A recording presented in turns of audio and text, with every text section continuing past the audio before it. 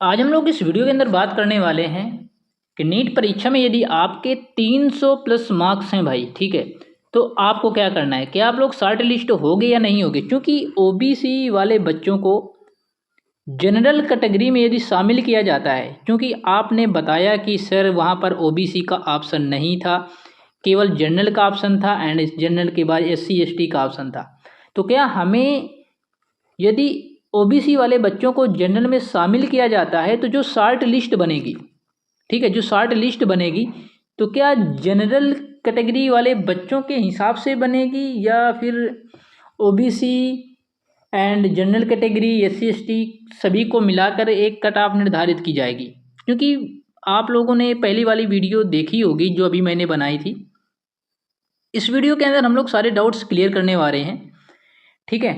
तो चलो अपनी क्लास को स्टार्ट करते हैं। उससे पहले गाइस मैं आपको ये बता दूं कि ज्वाइन इंडियन आर्मी की ऑफिशियल वेबसाइट ने एकदम साफ साफ मेंशन कर रखा है कि हम भाई इस बार किसी को स्पेशल ईमेल या एसएमएस नहीं करने वाले। क्योंकि आप लोग जानते हो, जैसे जब कोई बच्चा शॉर्ट लिस्ट होता है तो उसके ईमेल में मैसेज आ जाता है, ठीक है, ईमेल में मैसेज आता है और एसएमएस भी आ जाता है कि आप शॉर्ट लिस्ट हो गए होगे, है ना, हो गए हो। तो इस तरह का एक मैसेज ईमेल आता है, लेकिन इस बार ऐसा नहीं होगा। इस वजह से ये जो मैसेज का उन लोगों ने क्राइटेरिया रखा है ना कि भाई हम लोग इस बार किसी को स्पेशली मैसेज नहीं करने वाले कि कोई बच्चा शॉर्ट लिस्ट हो जाए तो हम उसे ईमेल कर दें या एसएमएस कर दें, ऐसा कुछ भी नहीं होगा।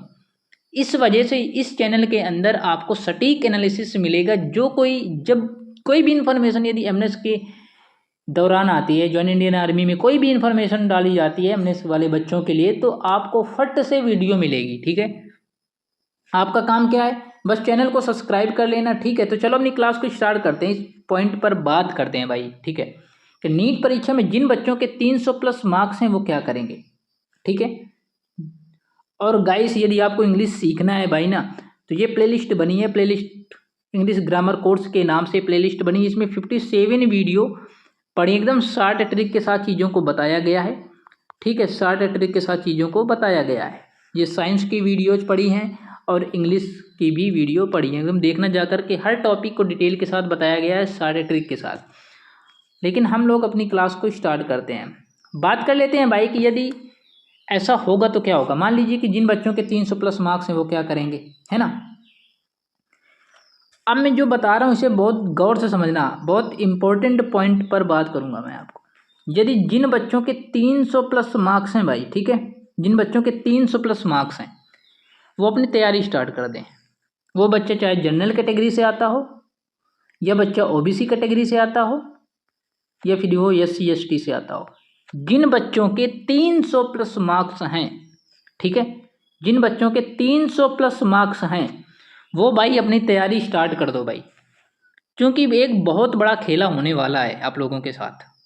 कहीं ऐसा ना हो जाए कि जिन बच्चों के 300 प्लस मार्क्स हैं, जिनके 300 मार्क्स हैं, उन सभी को शॉर्ट लिस्ट कर दिया जाए और शॉर्ट लिस्ट करने के 15 या 20 दिन बाद आपका एग्जाम हो जाएगा, तब क्या करोगे।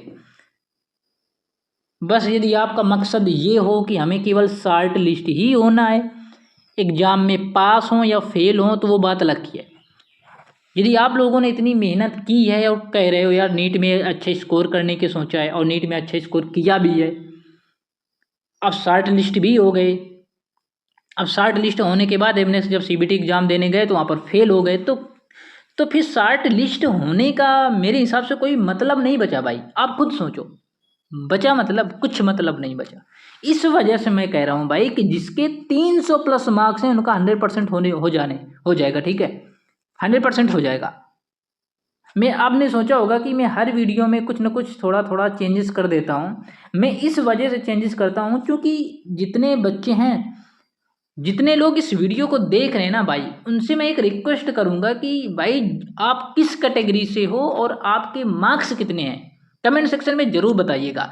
कमेंट सेक्शन में बताने से एक डाटा निकल कर आता है भाई कि यार जनरल कैटेगरी वालों के कितने कितने मार्क्स हैं। यहाँ तक कि मैंने ये भी देखा है कि जो बच्चा जनरल कैटेगरी से है उसके समझ लीजिए 200 मार्क्स हैं भाई।